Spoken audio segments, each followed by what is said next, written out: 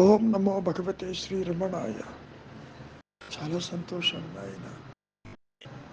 లేనటువంటి వ్యక్తిత్వము, ఉనికి లేని పరిమితత్వము, దాన్నే మనం అహంకారం అంటాం. అహం అంటే నీ సత్యత్వము, ఆకారము దాల్చినట్లుగా ఉంటుంది. దేహ పరిమాణంతో అది ఉన్నట్టు అనిపిస్తూ ఉంటుంది. ఒకవైపు దేహమా చెప్పలేదు, అది ఉన్నట్టు నీవు చెబుతున్నావు. ఆ చెప్పే నేను అది ఒక పెద్ద మాయావి. అటు ఆత్మజ్ఞానము కాదు, ఇటు జడమైన దేహము కాదు. ఇటు అటు కాకుండా చిత్ జడ గ్రంథిగా ఒక ముడిగా అది ప్రకాశిస్తున్నట్లు ప్రవర్తిల్లుతుంది. దానికి ముఖ్య కారణం వాసనలు, కోరికలు, బంధాలు. ఇవి ఒకటి కాదు. వీటికి తగ్గట్టు అరిషడ్ వర్గాలు, శత్రువులు ఎక్కడో లేరు. తాను తెచ్చుకున్నటువంటి ఈ ప్రారంధ కర్మయందే అవి కూడా దాక్కుని ఉంటాయి. కామ క్రోధాది అరిషడ్ వర్గాలతో కర్తృత్వంతో బయటపడుతున్నాడు.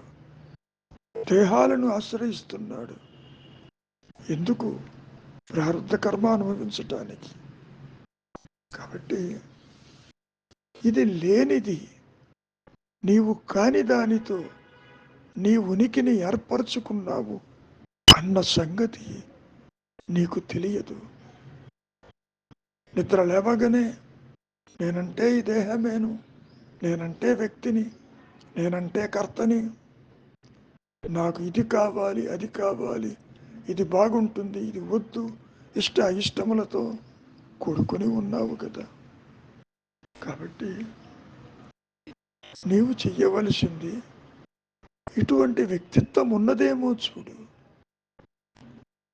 ఇక్కడ ఏం జరుగుతుంది అంటే లేనిది ఉన్నట్టుగా ప్రకాశిస్తూ ఉంది.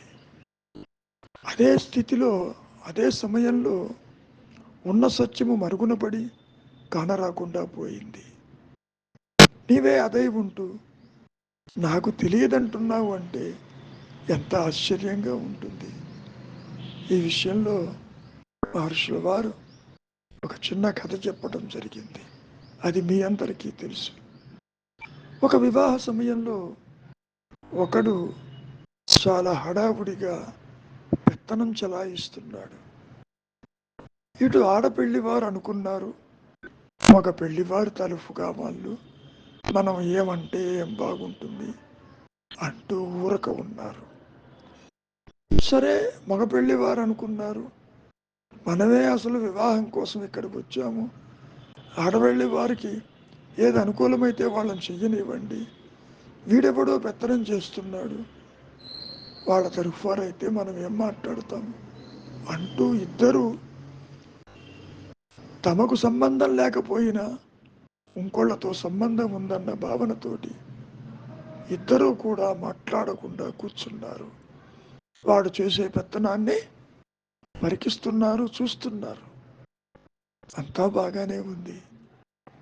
అది ఎంతకాలం సాగుతుంది? ఇంతలో ఒక పెద్ద మనిషి అక్కడికి వచ్చాడు. ఎవరయ్యా నీవు?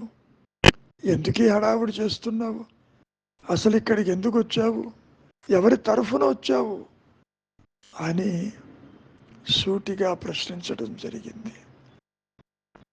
ఆ వచ్చినవాడు అటు ఆడపెళ్లి వారి తరఫున కాదు, మగ పెళ్లివాడి తరఫున కాదు. ప్రశ్నించేసరికి గాలికి బుద్ధి చెప్పక తప్పలేదు కదా.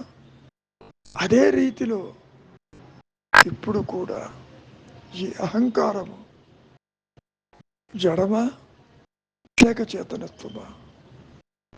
ఎటు కాకుండా ఇది పెత్తనం చేస్తూ ఉంది, రాజ్యాలు ఏలుతూ ఉంది. దాని ఉనికిని ఆరా తీయవలసిన అవసరం ఎంతైనా ఉంది. అదే నేనెవరన్న విచారం. దేహమా నేనున్నట్టు చెప్పదు, ఆత్మకి చెప్పవలసిన అవసరం లేదు. అది ఎప్పుడూ తనకు తానుగానే ఉన్నది. ఆ విషయం నీకు తెలియకపోవచ్చు. మరి ఇంతకీ నీవెవరివి? నాది నాది అంటున్నావుగా. నాది అనేవాడు ఉన్నాడేమో చూడు. చూడవలసింది నీవే. నేను ఎంత చెప్పినా నీకు అది ఉపయోగం లేదు. నీవు దేహం అనుకుంటున్నావు, దేహం ధర్మం నీ ధర్మం అనుకుంటున్నావు, దేహం పుట్టుక నీ పుట్టుక అనుకుంటున్నావు, దేహ సంబంధమైన వాటితోటి సంసారము బంధాలను పెంచుకున్నావు నీవు. నా తల్లిదండ్రులని, నా భార్య బిడ్డలని, నా సంసారమని, నా బంధుమిత్రులని ఒకటి కాదు. మరి ఇవన్నీ కూడా దేహాత్మ బుద్ధికి సంబంధించినవే కదా. తాను ఇవన్నీ ఎందుకు చేస్తున్నాడో తెలుసా? తన ఉనికిని కోల్పోకుండా ఏదో రకంగా నిలిపి ఉంచడానికి చేసే ప్రయత్నమే ఈ అహంకారపూరిత చర్య. అందుకని నీవు ఎంత ఆలోచించినా, నీ తెలివితేటలు ఎంత ఉపయోగించినా సత్యము నీకు అవగతం కాదు. కారణం నీ ఉనికే ప్రశ్నార్థకము. సర్పరచ్చు భయం భ్రాంతిలో పావు భయం కలిగిందా లేదా? ఆ భయం ఎట్లా పోయింది?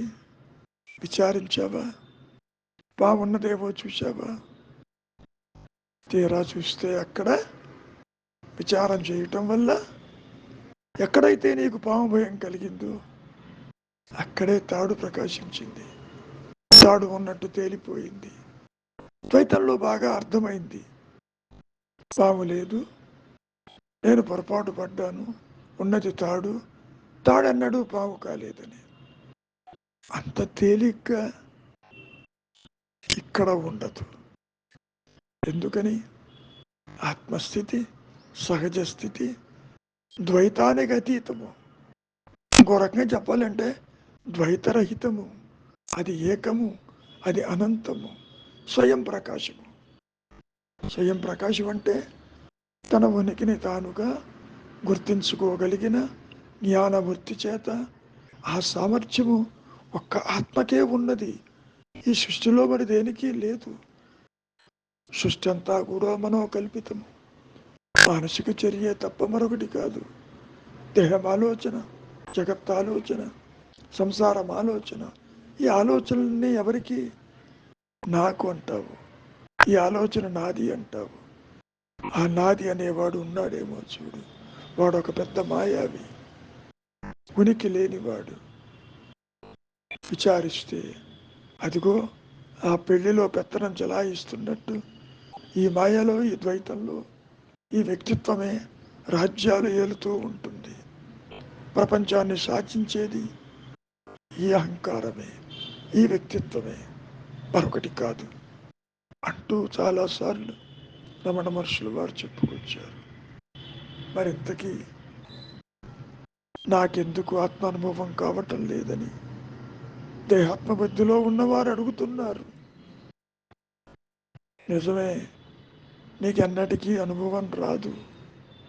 కారణం నీవుగా నిలిచి ఉన్నప్పటికీ ఈ దేహాత్మబుద్ధి వల్ల, ఈ పరిమితమైనటువంటి ఆలోచన వల్ల నీవు కాని దానితో నీ ఉనికిని ఏర్పరచుకోవటం వల్ల నీవు అనుకుంటున్నావు నేనంటే వ్యక్తినని, నేనంటే కర్తనని, నేనంటే ఈ దేహమని.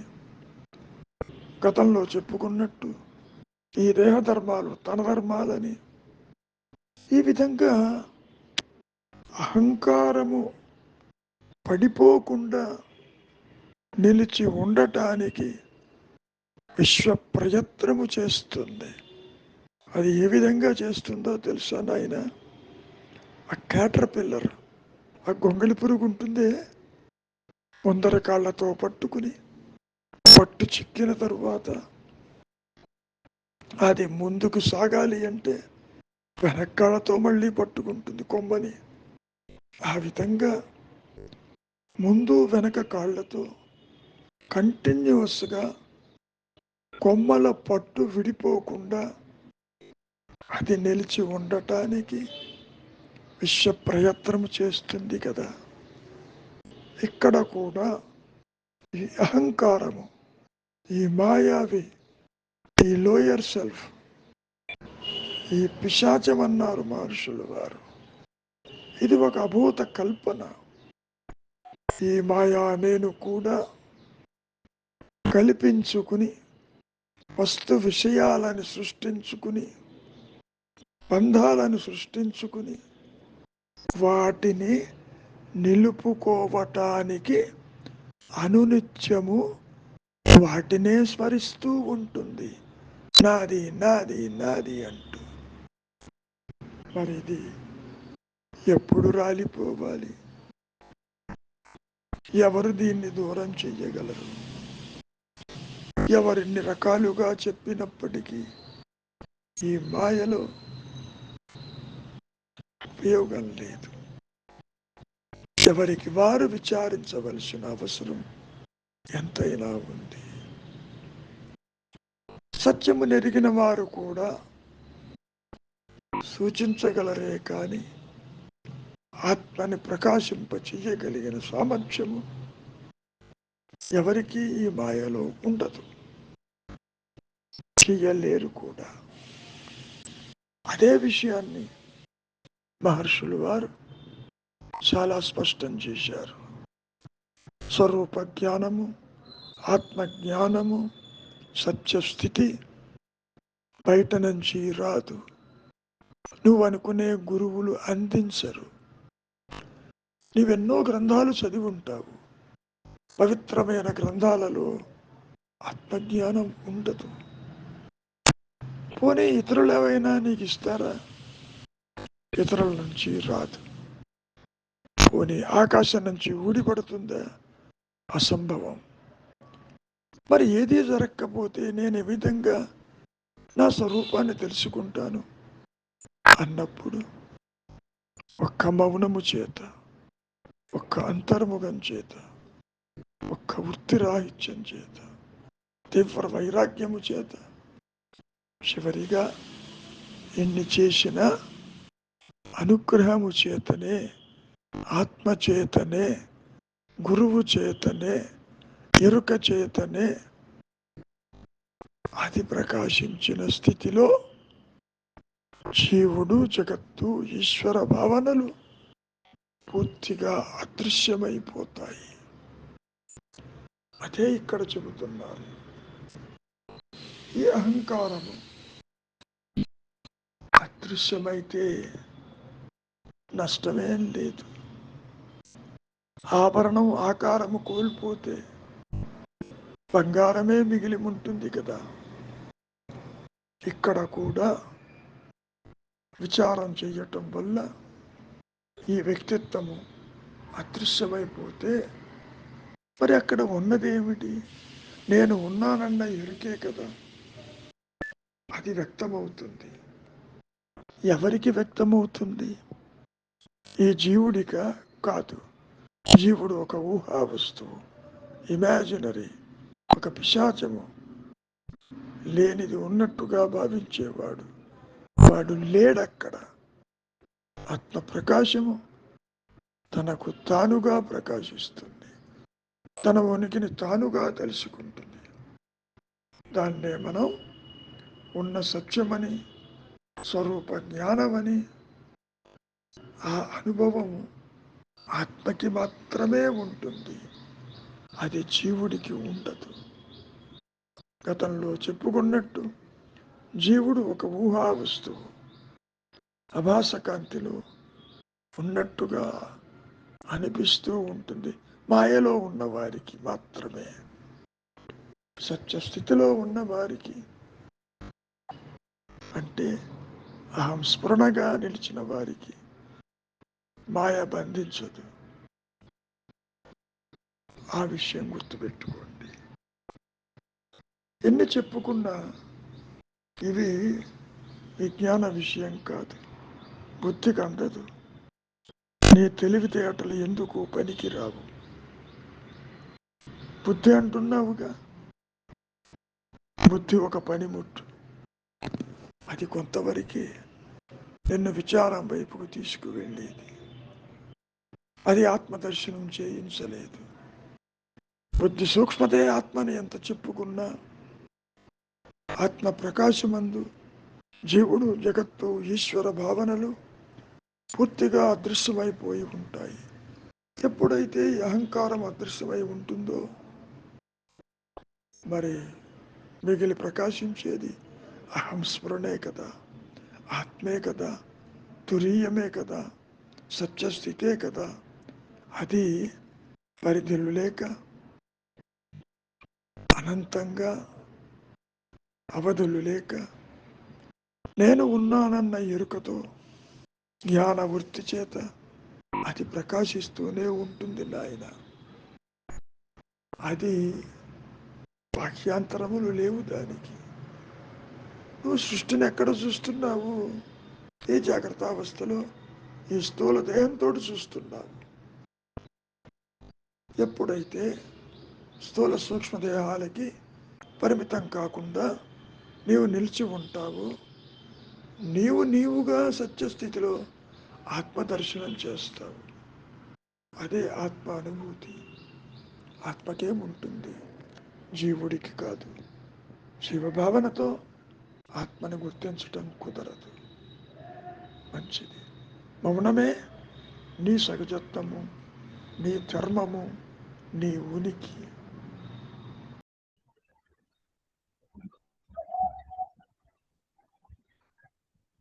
నా వాయిస్ వినపడుతుందా గురువు గారు?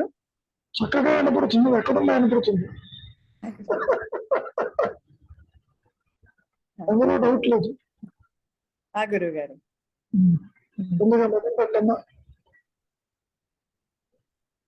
అజ్ఞానం అంటే అహంకారం అదృశ్యమైతే మిగిలి ఉన్నది వ్యక్తమవుతుంది.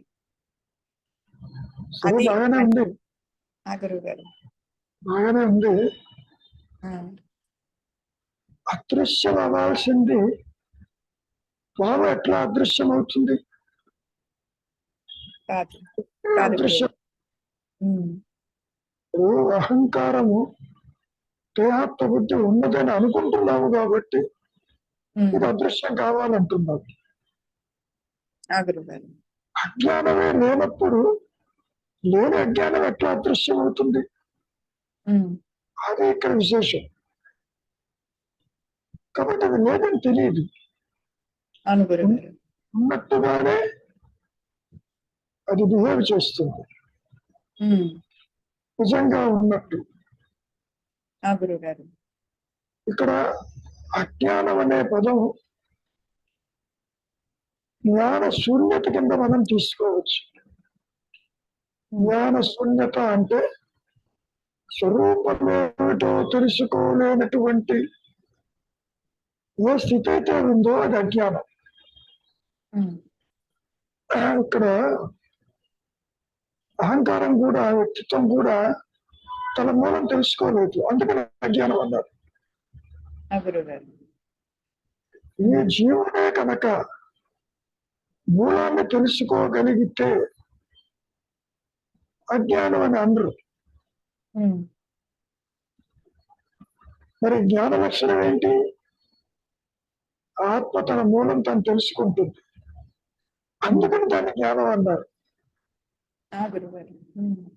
తేడా ఏమిటి ఇక్కడ? మూలము తెలుసుకోగలిగితే, నీ ఉనికి నీవు తెలుసుకోగలిగితే అదేమో జ్ఞానము. నీ ఉనికిని నీవు తెలుసుకోలేకపోతే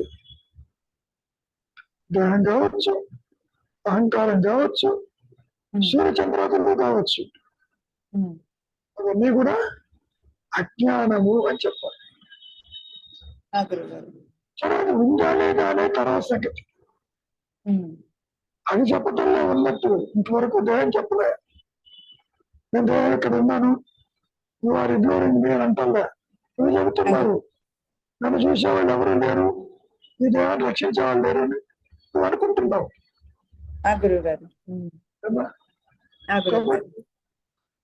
అజ్ఞానము ఇది కనుక అదృశ్యం అయితే అంటున్నారు, ఉంటే అదృశ్యం అవుతుంది.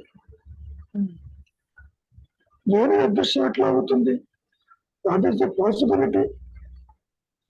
కాబట్టి ఇది లేదని తెలుసుకోవడమే ఈ మాయాజీవుడు చెయ్యవలసింది అంతవరకు. ఆ గురువు గారు. ఉమ్. అదే నేనెవరన్నటువంటి యొక్క విచారం. ఉమ్. ఒకసారి మెల్లిగా చదువమ్మా, ఇంకొక లైన్ ఉంది గురుగారు. చదువమ్మా. అజ్ఞానం అంటే అహంకారం అదృశ్యమైతే మిగిలి ఉన్నది వ్యక్తమవుతుంది. అది అంటే ఆత్మ అనుభవం, విజ్ఞాన విషయం కాదు. విజ్ఞాన విషయం కాదు, అది అర్థమైంది. వ్యక్తమవుతుంది అంటున్నారు. ఎవరికి వ్యక్తమవుతుంది? జీవుడికి అవుతుందా? జీవుడికి లేదు. ఉమ్. ఉమ్. అంటే అర్థమేంటి? దేహాత్మబుద్ధి ఉన్నంత వరకు నీకు ఆత్మ తెలియదు అని చెప్పడం. ఉమ్. ఇది అదృశ్యమైతే కదా అది ప్రకాశించేదని. ఆ గురువు గారు. ఇది అదృశ్యమయ్యే ప్రసక్తి ఏం లేదు అసలు. ఉమ్. ఎందుకని? ఒక దాని మీద ఆధారపడి ప్రకాశిస్తుంది. ప్రకాశిస్తాను. కదా, చాలా నువ్వు ఎంత ద్వైత దృష్టిలో చూస్తూ ఎలా చెయ్యాలనుకున్నా దీని పుట్టుక దీని చేతుల్లో లేదు. ఒక దాని మీద ఆధారపడి ఈ విధంగా ప్రకాశిస్తూ ఉంది. ఇక్కడ ఉమ్. చెప్పడం తేలికే. నీ ఆలోచన అటు, ఆలోచన లేకపోతే ఆత్మ ప్రకాశిస్తుంది. అటువంటి కండిషన్స్ ఎక్కడా ఉండవమ్మా. ఆ గురువు గారు. నువ్వు ఆలోచించి ఊరికే కూర్చున్నావు, ప్రకాశించవు. నిద్రపోయావు, ఉందో లేదో తెలియదు. పాము పోతే తాటు ప్రకాశిస్తుందంటాం. ఎట్లా ఉంటుందో, ఉమ్. పాము లేనప్పుడు పోవటం ఏంటి? ఉన్నది తాడు. తాడు అని తెలిసినప్పుడు పాము పోయింది తప్ప పాము పోతే తాడు ప్రకాశించాలి. ఆ గురువు గారు. డిఫరెన్స్ అవును గురువు గారు. ఉమ్. ఏమ్మా? ఆ గురువు గారు. వెతికింది పామునే ఉమ్. అనుకుంటే తాడుని. ద్వైతంలో బాగా అర్థమవుతుంది. కానీ ఆత్మ దగ్గరికి వచ్చేసరికి ఈ మనస్సుకి, ఈ బుద్ధికి అది అందదు. ఉమ్. కదా, ఆ గురువు గారు. ఇది అదృశ్యమైందని అనుకుందాం. మరి ఉమ్. ఆత్మకి దీనికి ఏమైనా కనెక్టివిటీ ఉందా? ఉమ్. చీకటి పోతే వెళ్తురు రావడానికి. ఉమ్. ఉమ్. ఉమ్. ఇక్కడ ఎవరికి చెబుతున్నారు? అహంకారం తల ఎత్తకపోతే ఆత్మే ఉన్నది. నిజమే, స్టేట్మెంట్ లో ఎక్కడ లోపం లేదు. మరి ఆత్మ అహంకారాన్ని గుర్తించదు. ఉమ్. మనం ఎంత చెప్పుకున్నా ఆత్మ చేతిలో ఇది పనిముట్టన్నా ఇవన్నీ చెప్పుకునే మాటలే తప్ప ఉమ్. ఆత్మ ఓంట్ కాన్కనైజ్ ది ఈగో. ఆ గురువు గారు. ఉమ్. అసలు సృష్టినే గుర్తించదు ఆత్మ. ఉమ్. సృష్టిని కనుక గుర్తించేట్లయితే ఆత్మస్థితిలో సృష్టి ఉండాలి, జీవుడు ఉండాలి, అందరూ ఉండాలి. నువ్వు బయటకు వచ్చి చెబుతున్నావు ఇదంతా ఆత్మేనని. ఆత్మ చెప్పటంలా సిటీ పాయింట్. ఉమ్. ఆ గురువు గారు. ఉమ్. ఆత్మస్థితిలో అంటే తురీయంలో ఈ సృష్టి అంతా నేనని చెప్పటంలా. ఉమ్. తనకు తాను తనలో ఉన్నది అంతవరకు. నువ్వు బయటకు వచ్చి చెబుతున్నావు ఇదంతా ఆత్మేనని. ఈ విషయం ఆత్మ విన్నదనుకో, నువ్వు రాని చెబుతున్నావు అంటుంది. ఆ గురువు గారు. ఉమ్. ఉమ్. ఆత్మ నిన్ను పట్టించుకోలేదు కాబట్టి నువ్వు ఏది మాట్లాడినా చెబుతుంది. ఇదంతా ఆత్మేను. ఉమ్. జీవుడికి ఆత్మ అంటే ఏమిటో తెలియదంట. ఉమ్. ఈ బుద్ధికి ఈ వ్యక్తిత్వానికి పరిధిలో ఉండదు. అది ఉమ్, ఎంతసేపటికి మంచి చెడు ఉన్నది లేదు, ఇష్టాలు ఇవి బాగా తెలుస్తాయి. అసలు ఇది పోతే అది వస్తుందనేటువంటి యొక్క కాన్సెప్ట్ కూడా సరైనది కాదు. ఉమ్, ఒకవేళ ఇదే కనుక అడ్డుగా దానికి ఉంటే అదే చెబుతుంది, నా ప్రకాశానికి ఇది అడ్డుంది తీసేసేయదు. అట్లా చెప్పటంలే ఆత్మ. అది ఆ గురుగారు.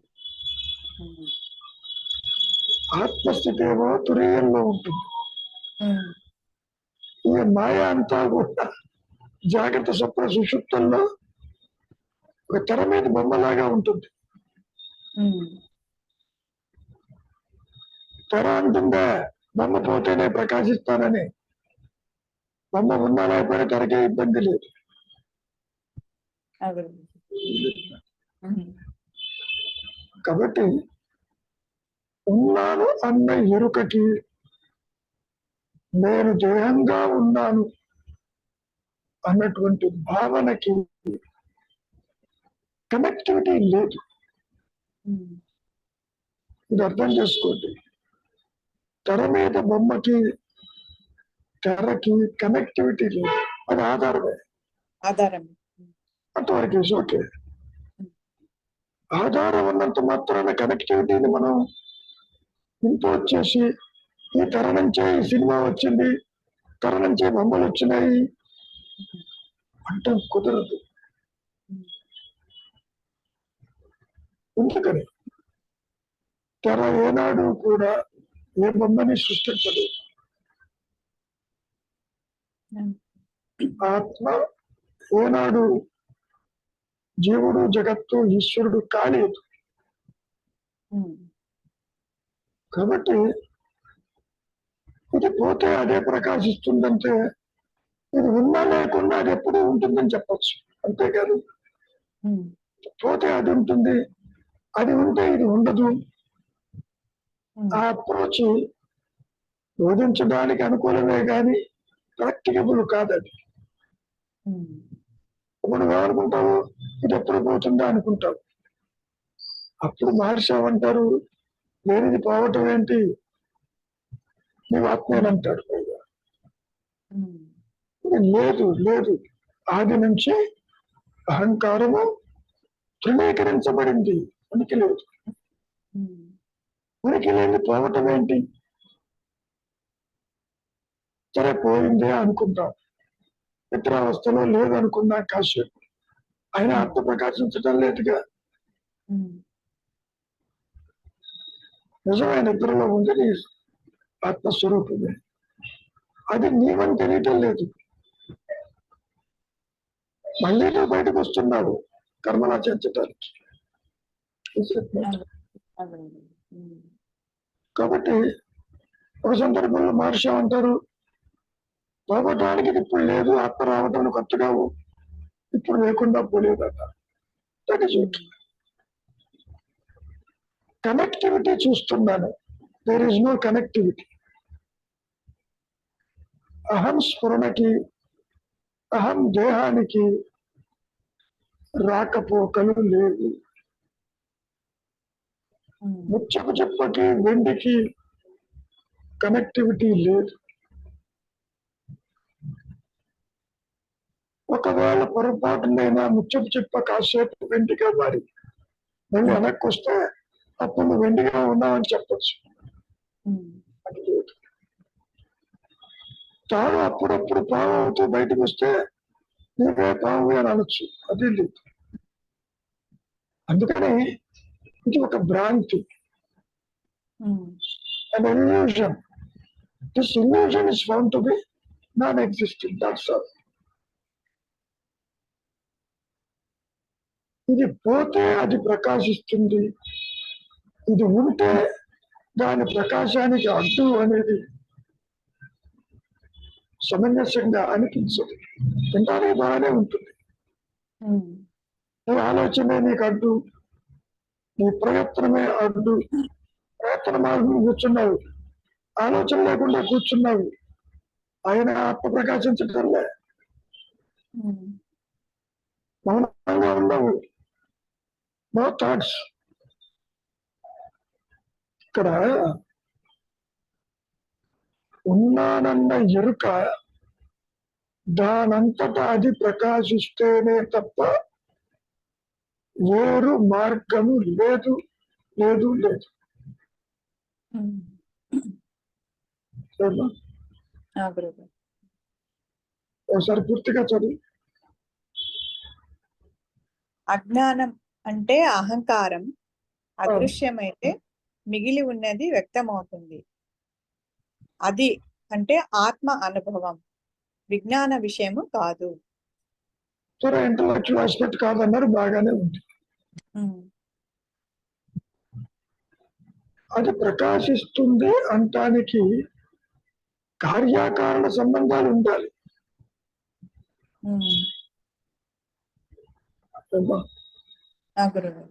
ఉమ్. కార్యకారణ సంబంధం అంటే ఇది పోతే అది అది వస్తుందని.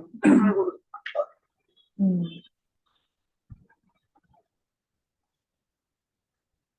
నిప్పు ఉంటేనే పొగ వస్తుంది. ఉమ్. నిప్పు ఉంటే పొగ వస్తుంది, పొగ రాదు. కార్యకారణ సంబంధం.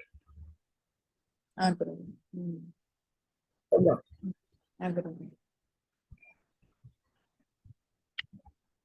కాబట్టి దీన్ని మనం ఏ విధంగా తీసుకోవాలి అన్నప్పుడు ఇది ఉన్నదేమో చూడు అంతవరకు. ఉమ్, నీవు చూచినంత మాత్రాన అహంకారము నేను లేను, నేను అదిగో ఆత్మ వల్ల ప్రకాశిస్తున్నాను, నువ్వు అది పోయి ఆత్మను తెలుసుకో అని చెప్పదు. ఉమ్. గతంలో కూడా ఒకసారి చెప్పి ఉంటాను, అహంకారం ఆత్మని గుర్తించదు, ఆత్మ అహంకారాన్ని గుర్తించలేదు. అవును గురుగారు, చెప్పారు. These two are two different things. ఉమ్, ఉమ్. ఉపనిషత్తు వాక్యాలు బాగానే ఉంటాయి, తత్వదర్శ వాక్యం నువ్వు అదేను, నువ్వు అదేను అంటానికి there is no evidence. That is my point. ఆ, గురుగారు. ఉమ్. ద్వైతంలో పాము కాదు తాడేనంటే నీకు బాగా అర్థమైంది, ఉమ్. ఉపమానాలు అన్ని బాగా అర్థమవుతాయి గురువు. బాగా అర్థమవుతుందమ్మా. ఎందుకని నేను పొరపాటు పడ్డాను, తాడు తాడుగా కాదు ఉమ్. పాము అనుకున్నాను, తాడు కనపడింది, పాము పోయింది, ఇంత అర్థమైంది. ఉమ్. ఒకప్పుడు నీకు ఆత్మ తెలిసి ఉండి పొరపాటు పడి దేహాత్మ బుద్ధి కనుక వచ్చి ఉంటే ఇది అర్థమయ్యేది. ఉమ్. లేని పావుకి, లేని అహంకారానికి ఆత్మ తెలిసి ఉంటుందని అవుట్ ఆఫ్ క్వశ్చన్. ఉమ్. ఒకవేళ పావునే అడిగారనుకోమ్మా, ఉమ్. నువ్వు ఎప్పుడన్నా తాడు మీద ఉన్నావంటే తాడికి నాకు సంబంధం లేదు కాబట్టి ఉమ్. నేను పావుని, తాడుందో లేదో నాకెందుకంటే. ఉమ్. కాబట్టి క్రిటికాలిటీ అనేది ఇక్కడ ఏర్పడుతుంది. ఎందరో మహాపురుషులు వచ్చారు ఈ మాయలోకి, నీవదేనంటూ చెప్పుకున్నారు, బాగానే ఉంది. కానీ దాన్ని ప్రకాశించేది ఎవరు? How to make the self shine, um. That is not in your hands. అందుకని అనుగ్రహము చేత అంటూ చేతులు దులుపుకున్నారు. ఇంతకీ అనుగ్రహం ఏంటి? ఆత్మ అన్నారు.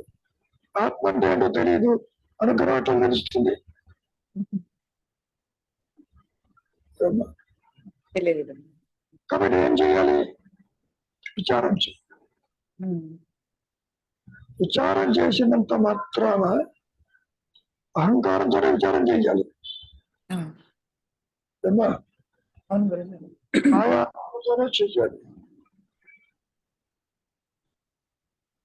ముఖ్యంగా ఆ పెళ్లిలో అటు ఇటు తారట్లాడుతుంటాడే, అది ఆడపెళ్లి వారు కాకుండా మగ పెళ్లి కాకుండా, ఉమ్. వాడు ఎప్పుడైనా నేను ఇటు పక్క వాడని అనుకుంటాడా? అనుకోడు. రెండు పక్కల పత్రం చేస్తాడు. ఉమ్, మూడో వ్యక్తి అడుగుతాడు, నాయన ఇటు పక్క వచ్చావని. ఆ గురువు గారు.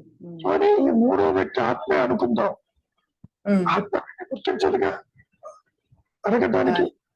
అవును గురువు గారు. పెళ్లిలో అంటే ఇలాంటి పెద్ద మనిషి వచ్చి అడుగుతాడు, ఆయన ఇందాక నుంచి నువ్వు హడావుడి చేస్తున్నావు, నువ్వు ఆడపిల్ల తరఫా మగవాళ్ళ తరఫా అంటే ఏది కాదు కాబట్టి వాడు అదృశ్యం అయిపోతాడు. వేరే సెకండ్ అహంకారాన్ని క్వశ్చన్ చేసేది ఎవరు అదే గురువు గారు. కూడా అడిగారు. అహంకారమే క్వశ్చన్ చేసుకోవాలి. అది క్వశ్చన్ చేసుకుని అదృశ్యం అవుతుందే, దానికి ఇష్టపడదు. అసలు క్వశ్చనే చేసుకోదు. క్వశ్చన్ చేసుకుంటే నేను ఎట్లా ఉంటాను, నేను ఎంతో ఆస్పిరేషన్ తో వచ్చాను ఇక్కడికి, I do lot of things. ఎవరో విచారం చెయ్యి, నువ్వు ఆత్మను తెలుసుకుంటావంటే ఆత్మ సంగతి నాకు అనవసరం. అందుకని విచారం ఎవరు చెయ్యలేరు, చెయ్యరు కూడా. సరే, ఆల్టర్నేటివ్ ఉందా? శరణాగతిగా అవి ఉంటే శరణాగతి. ఎవరికి శరణాగతి అవుతుంది? మీ ఆత్మకే. మళ్ళీ ఆత్మ అంటే ఏంటో తెలియదు, శరణాగతి ఎట్లా అవుతుంది? అమ్మా, ఇవన్నీ కూడా చెప్పుకోవటానికి అత్యంత తేలిగ్గా అనిపిస్తాయి, but they are not executable. Computer science లో కూడా ఒకటి ఉంది, నాన్ ఎగ్జిక్యూటబుల్ ఫైల్స్ అని. ఫైల్స్ ఉంటాయి, నువ్వు దాన్ని ఓపెన్ చేసి check చేయలేవు. You can't execute.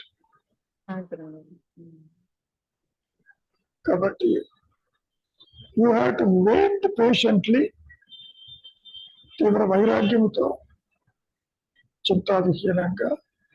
అంతవరకే నీ రోజు. ఆత్మని ప్రకాశింప చెయ్యగలిగిన ఏ కర్మకాండ లేదు, అసలు ఏ ప్రక్రియ లేదు. కారణం ఇందాక చెప్పినట్టు కార్యకారణ సంబంధాలు లేవు దానికి, కాజ్ అండ్ ఎఫెక్ట్. ఆ విషయం కూడా త్రిపుర రహస్యంలో చెప్పారు, భగవద్గీతలో కూడా చెప్పారు.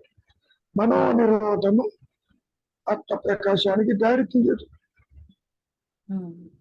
ఇట్లా అష్టదిగ్బంధం చేసి పెట్టారు. ఏదైనా దారి దొరికితే బయటికి పోయి పట్టుకొచ్చాము ఆత్మని, కుదరదు. ఆ విషయం కూడా మహర్షులు వారు చాలా స్పష్టం చేశారు. ఈ జగత్తుకి, ఆత్మకి అంటే తురీయానికి ఏ ఋషి చేతను వారధి నిర్మించబడలేదు అన్నాడు. No connectivity. కనెక్టివిటీ లేదే. నీవే అది అని ఎంత చెప్పుకున్నా, how you are going to make the self shine? Impossible.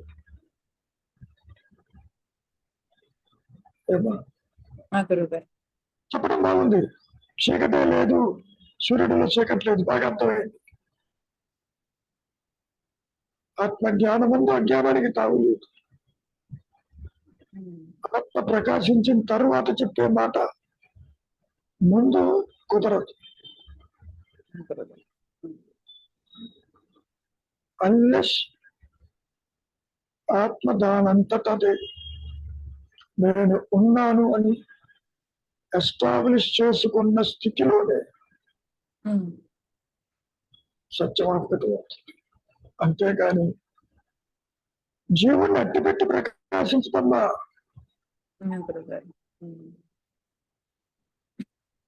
Sarparaju భయభ్రాంతి ఉన్నట్టుగా ఉండదు, ఎక్కడా భ్రాంతి అని. తాడుని చూశావు, అట్లా చూడలేడు జీవుడు. మహర్షి దగ్గరికి 8,000 మంది వచ్చారు, నీవే ఆత్మవి, నీవే ఆత్మవి, తెలుసుకో తెలుసుకో అంటూ. ఎంత మహర్షి చెప్పినా వింటారు గాని అని తెలుసుకోలేరు లేరు లేరు.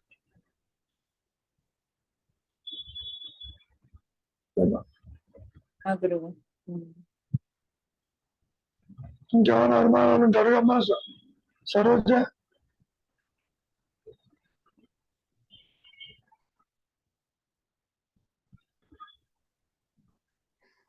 లేదు గురువు గారు, అహంకారం అదృశ్యమైతే మిగిలి ఉన్నదంటే అసలు అహంకారమే లేదన్నారు కదా, అలాంటప్పుడు ఇంకా మిగలడానికి అన్నారు కదా కాదు, ఉందేమో చూడాలి. నేను చెబుతాను నువ్వు లేవు నేను లేనని చెప్పటం ఆ కాదు. గురువు గారు విచారం చేసి కనుక్కో. నువ్వు ఉన్నదనుకుంటున్నావు కాబట్టి ఆ గురువు గారు. నువ్వు ఆత్మని చెప్పడం అంతవరకు. ఆ గురువు గారు.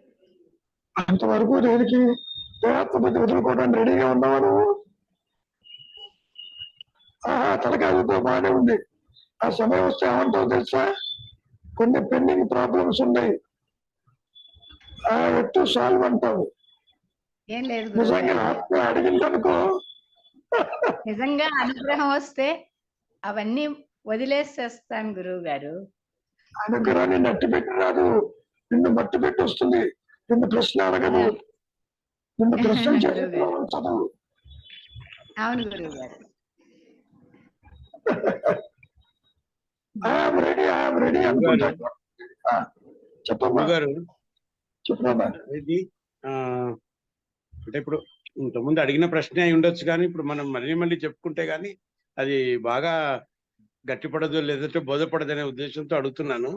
ఇప్పుడు ఈ భ్రాంతిలోనే కదా గురుగారు నా ప్రయత్నము.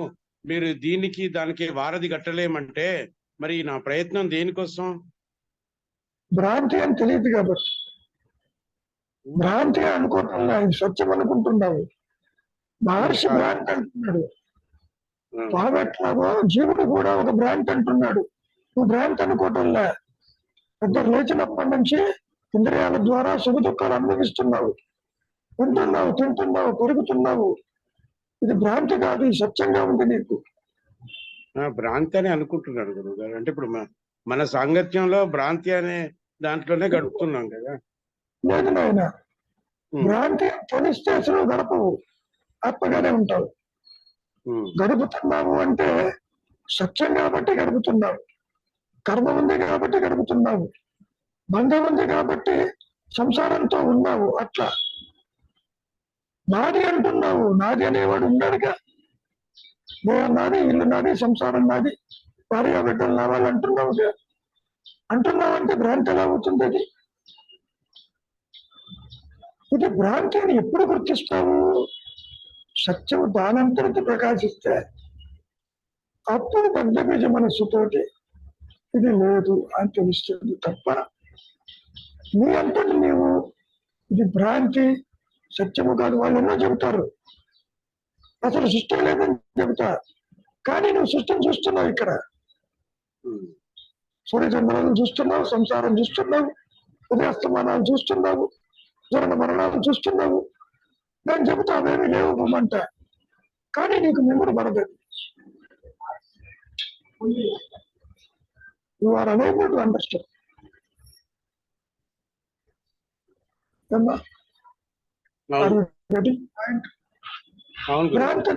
ఆయన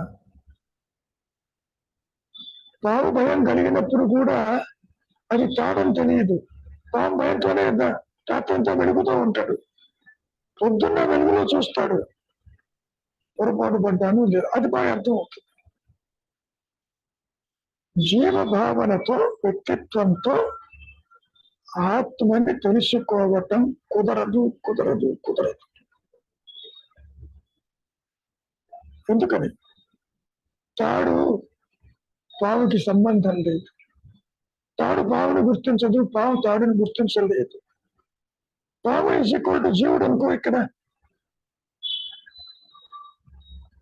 ఇది అభూత కల్పనని ఎంత చెప్పినా సత్యము ప్రకాశించనిదే అది కుదరదు. ఇది నా అనుభవం. బోధన ఎన్నైనా చెయ్యి, బోధించినంత మాత్రాన్ని ఇది అదృశ్యం కాదు నాయన. ఒక్క అనుగ్రహము చేతను. అనుగ్రహం అంటే ఆత్మ. అనుగ్రహం అంటే ఏదో బయట నుంచి రాదు, నీలో ఉన్నటువంటి ఆ జ్ఞానమే అది ప్రకాశిస్తూ ఉన్న స్థితిలో తెలుస్తుంది. ఓ దేహం లేకపోయినా నేను ఉన్నాను. మహర్షి ఎట్లా చెప్పాడు? దేహం తీసుకెళ్తారు, తగలేస్తారు, అది లేకపోయినా నేను ఉన్నాను అనేది పటిష్టంగా ఉన్నదని ఎలా చెప్పారు? Only after self realization, not before that. అది నేను ఇప్పుడు గురుగారు బుద్ధుడు ఆత్మ ప్రకాశం పొందాడు అంటారు కదా, మనము ఆయన ప్రయత్నంలో వెళ్ళి అది ప్రయత్నంతో సాధించినట్టుగానే చెప్తారు కదా. చెప్పమను. ఏమన్నాడు తెలుసా బుద్ధుడు? అసలు అహంకారమే లేదన్నాడు. అంటే అంతా శూన్యవాదం అనుకున్నారు. ఏది ఉన్నదని అడిగి ఉండవలసిందన్నారు మహర్షి. క్వశ్చన్ అయినా అక్కడ ఏది ఉన్నదేది? జీవుడే లేడన్నాడు. ఓకే, మరి ఉన్నదేది? బుద్ధుడు as it is he knows what is the reality. కానీ ఆ సత్యాన్ని చెప్పటానికి అవకాశం దొరకలేదు. ఇదంతా లేదు బొమ్మన్నాడు. జీవుడే లేడు బొమ్మన్నాడు అనుకో, మరి ఉన్నది ఇది. ఉన్నది చెప్పాలిగా, లేని చెప్పాడు. అందుకని శూన్యవాదం అంటూ మనం కొట్టిపారేశాం. పైగా బౌద్ధ మతం ఇక్కడ స్టార్ట్ అయినప్పటికీ ఇక్కడ అదృశ్యమైపోయింది. విశేషం చూడండి. అక్కడెక్కడో మళ్ళీ శ్రీలంకలోనో, బోర్నియోనో, నేపాల్లోనో అక్కడ ప్రాపగేట్ అయింది. ఎందుకని లుంబిని ఎక్కడ ఉంది, ఆ విధంగా కొంత ఉన్నది అక్కడ. ఏ మతమైనా సత్యానికి చెప్పలేదు. మతం సత్యానికి అతీతం, అది కుదరదు.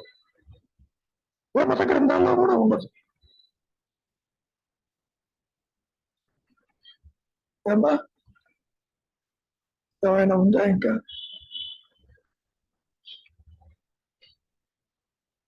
ఏమైనా అర్థమైందా విద్యాసాగర్ గారు? అయింది గురుగారు.